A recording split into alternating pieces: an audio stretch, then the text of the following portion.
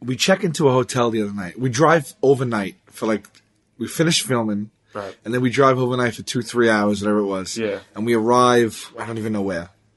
We drove from Austin to Brenham? Houston, right? Brenham. That's right. Brenham. So that's where this was? Yeah. So in Brenham, Texas. No. Where the Roach was? No, where my hotel room was. Oh, Brenham. That was Brenham, yeah.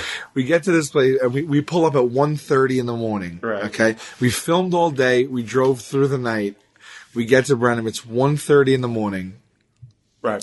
We go to check in. Now, once we check in, side note, a little bit boring, but I have to write and do stuff for the next morning. Sure. So I still have work to do before we check in. Right. We have to wake up and be checked out, I think, at 8 a.m. Yeah. Something like that. Something crazy. So, which it's really just a pit stop. Right. We roll in. My room was fine. We roll in, and our crew had gotten there before us and checked us in. So we all took our keys. We got our keys and went up to our rooms. We split up. I go in my room. I open the door, and I see a garbage bag on the floor. I'm like, oh, all right. I guess the maid, there's a loose bag or something, I guess. I walk in a little further, another garbage bag on the floor, along with food, French fries, cereal, all this shit on the floor. I go another step forward, and then where the room opens up, and I look, and all the sheets and pillows and blankets are ruffled and taken off the bed. It looks like a poltergeist went through there, right? Yeah, well, so at that split second, it's 1:30 in the morning. I'm like, oh my God, someone's in here still. They somehow gave me the key to a room someone still. I run back out. I'm like, holy, that spooked me. I knock on Murray's room because he's next door to me. I tell him, he's like, holy shit. He said, we got to go see if someone's in there. So we knock on the door, and nobody's answering. I do want to interject on that 1 second. Because we do tend to, on the show, rip on Murray a lot. Right? Right. And we get that question all the time, like, what, do you guys really not like him, and blah, blah, blah. We do. We love him. Yeah, of course. He is always up for adventures and shenanigans. Yes. Like, he's the guy. You knocked on the exact room. Right. He's the guy that wants to investigate. I've never had more fun in an amusement park than anybody but him. Like, that's where he shines. If you're going on an adventure, he's the guy. Call Murray. Yeah. Okay, go ahead. Yeah. Oh, no, yeah. I mean, we play a lot of that stuff up on the show. But, we also hate his guts. But, you know. Can't stand the fucking guy. So, we go into the room, he leads, and he turns the corner, and like a fucking asshole, he gets a face, he puts on a face like he's seeing a poltergeist. Right. And he's 2 feet ahead of me, so he's looking around the corner of the room before I can see it, and his face goes pale, and he goes, oh my God! And I scream like a fucking... I screamed, man. I screamed. You know, I don't like to get scared. I screamed. I ran out. He's hysterical laughing. And he just did it to fuck me. He just did it to fuck me. So I go back in. Dude, the room is trashed. Mm. There's a bowl of clam chowder. Oh, that's gross. Open. Right. There's pizza, there's dirty napkins, wrappers, there's Lunchables ripped open all over the place. The desks were full of grease and what looked like butter. I turned, and then there was a marble sink. It had a garbage bag in it filled to the top, maybe a 10-gallon bag, clear bag, filled with garbage. Cans, papers, magazines, everything, just garbage, trash everywhere. The bathroom towels on the floor, cups, napkins in the tub. Mm. It was disgusting. I'm like, what the fuck is going on? So I figured you guys played a joke, like the crew played a joke on me, maybe? Right. Although they're not that type of crew, though. No, I don't know. Very friendly with them. Especially knowing, the strain we were on this week, checking in at 1:30 in the morning. So I go down, I'm like, great. Now Murray's like, good night. Adventure's over. Adventure's over. Murray's like, oh, sorry, buddy, I'm going to my room. He's like, you can stay in my room if you want. I'm like, nah, I want my own room. You know, I want to go to sleep. So the hotel is silent. No one's there. Right. So I go downstairs. I walk up. There's 2 people working in the whole hotel. Okay. I won't even say the name of the hotel. Sure. I won't say the name. There's a woman and a guy. Okay. And I go downstairs and I walk up and I say, hi. I just came in about 5 minutes ago. My room, either someone is still in it, and is not there right now, or it's trashed.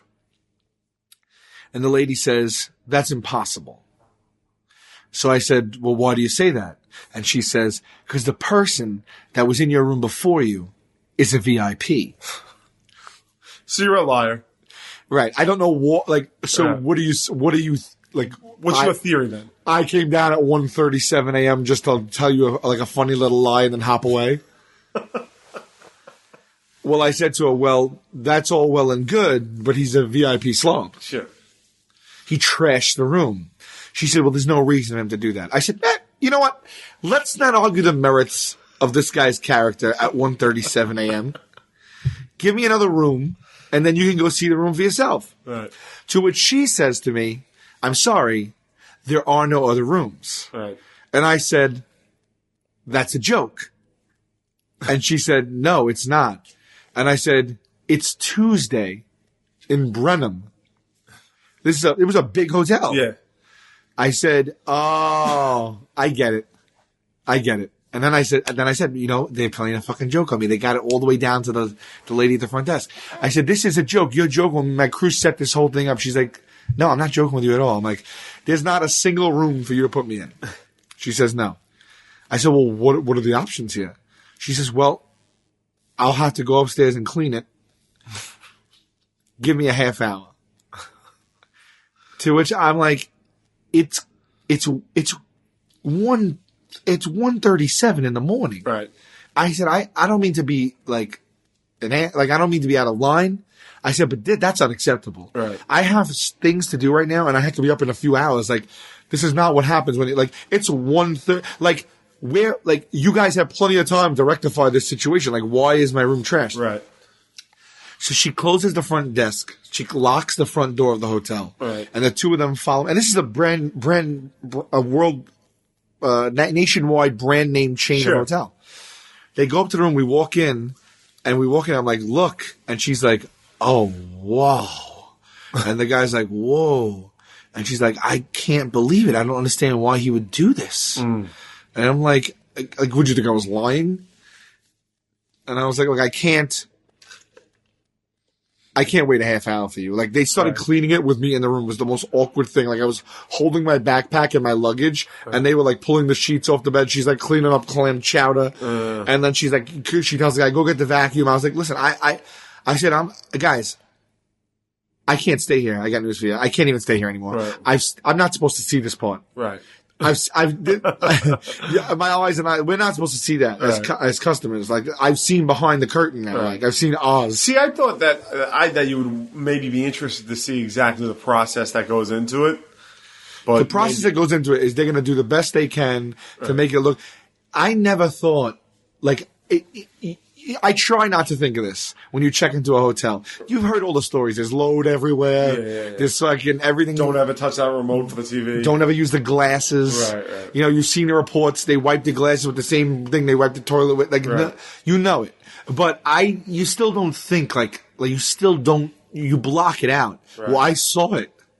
And I said, I said, this curtain's been pulled back. I can't come back in this room. Right. Now, the person that did this laid in that bed. Like, the fibers absorbed him. You're right. There's no separation. No way. I said, I'm not supposed to. I said, I got to get out of here. So she was nice enough to call a hotel that was in the next lot, per se, and get me a room there. To which she says, because we had driven there, and this is the thing, we're driving to the hotel on the GPS, and the GPS. Oh, fucked us up. The GPS literally goes, I swear to God, the GPS, which you don't even think it's in their vocabulary, it's like, she said something like, you're gonna have to pull over and walk the rest. Yeah, that's right. That's what she said. Yeah, it's like pull over, park car, walk to destination as it is inaccessible from the road. And we're like, what the fuck? It's a major hotel. Right. And Joe's did the same thing. Yeah. And it wasn't even like that. It was like it almost like it was weirdly informal. Yeah. It was almost like, it was almost like, I can't believe I'm saying this. You're going to have to pull over and walk the rest of the way. I've done all I can do. Right. So we walked across a field to get there. And then she tells me, I said, is there a way to get to the hotel? She says, yes. So she says, follow me. because I'm carrying 2 backpacks and a big luggage. Yeah. And I wheel it. She takes me to the end of the parking lot. She tells me there's a path. Right. The path that she takes me to the end of the parking lot, she points at shrubs, thick hedges. Sure. And says, you got to bust through there. Right. And then continue on to the next hotel. Well, that was the parking lot we parked in because what we decided to do in answer to the GPS is drive over a field. A field, yeah. And when I say field, I mean a field. There were deer. Yeah, there were deer. In the field. We hopped a curb, went up a little mini hill. Right. It opened up into a sprawling plateau. Field. And we drove across it. We ripped up some grass. There was deer everywhere. Yeah. And then we hopped another curb and went to we literally went off-roading to get there. Because we were just like, fuck it, we're tired. It's 1:30 in the morning. Yes. So now she tells me, bust through these hedges and forge ahead. Yeah. And ahead of me was it was no joke. It was 150 yards of grass. And I took a picture because when I got to the next hotel in the elevator bank, there was an aerial shot of the hotel that I was in, an aerial shot. Okay. And you could see the full-on grounds from the last hotel to this hotel. Yeah. And it's literally like a football field length that I walked across, dragging my luggage through like fresh morning dew. It was so horrible. Yeah.